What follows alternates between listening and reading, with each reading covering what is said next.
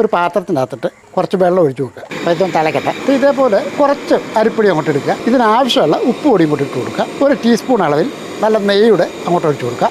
ഇനി ഇതൊന്ന് ഇളക്കി കൊടുക്കുക. ഇപ്പോൾ വെള്ളമൊക്കെ തിളച്ചിട്ടുണ്ട്. കൈ കൊള്ളാതെ നമുക്കൊരു കപ്പ് കൊണ്ട് കുറച്ച് വെള്ളം ഇങ്ങോട്ട് എടുക്കും. ഇനി ഈ ചൂടുവെള്ളം ഇതിലോട്ട് നമുക്ക് കുറേശ്ശെ അങ്ങോട്ട് ഒഴിച്ച് കൊടുക്കണം. നമ്മൾ ഇടിയപ്പത്തിനൊക്കെ കുഴയ്ക്കുന്ന പോലെ തന്നെ ഒന്ന് കുഴച്ചെടുക്കുക. ഇനി ഇത് ചെറുതായിട്ടൊന്ന് തണുക്കട്ടെ. ഇപ്പോൾ ചൂടൊക്കെ ഒന്ന് മാറിയിട്ടുണ്ട്. അപ്പോൾ ഇത് സമയം കളയാതെ നമുക്ക് ഉണ്ട പിടിക്കാം. ഇത് കൊഴുക്കട്ട എന്ന് പറയുമ്പോൾ വലുതല്ലേ, ഇത് പക്ഷേ ചെറുതായിട്ടാണ് പിടിക്കേണ്ടത്. കുറേശ്ശെ മാവെടുത്ത് ഞാനിപ്പോൾ ഇങ്ങനെ പിടിക്കുന്നതേ ഉള്ളൂ. ഒക്കെ നമ്മൾ ഇഷ്ടത്തിനങ്ങ് പിടിക്കാം. ചെറിയ ഉണ്ടയായിട്ട് പിടിക്കുന്നെങ്കിൽ ഉണ്ടയായിട്ട് പിടിക്കാം. അപ്പോൾ പാൽ കൊഴുക്കട്ടയ്ക്കുള്ള ഉണ്ടയൊക്കെ നമ്മൾ പിടിച്ചതിന് ശേഷം അടുപ്പൊന്ന് കത്തിക്കാം. ഇനി ഇതേപോലെ ഒരു കടായി അങ്ങോട്ട് വെക്കാം. 1/6 ലിറ്റർ പാൽ അങ്ങോട്ട് വെച്ച് കൊടുക്കുക.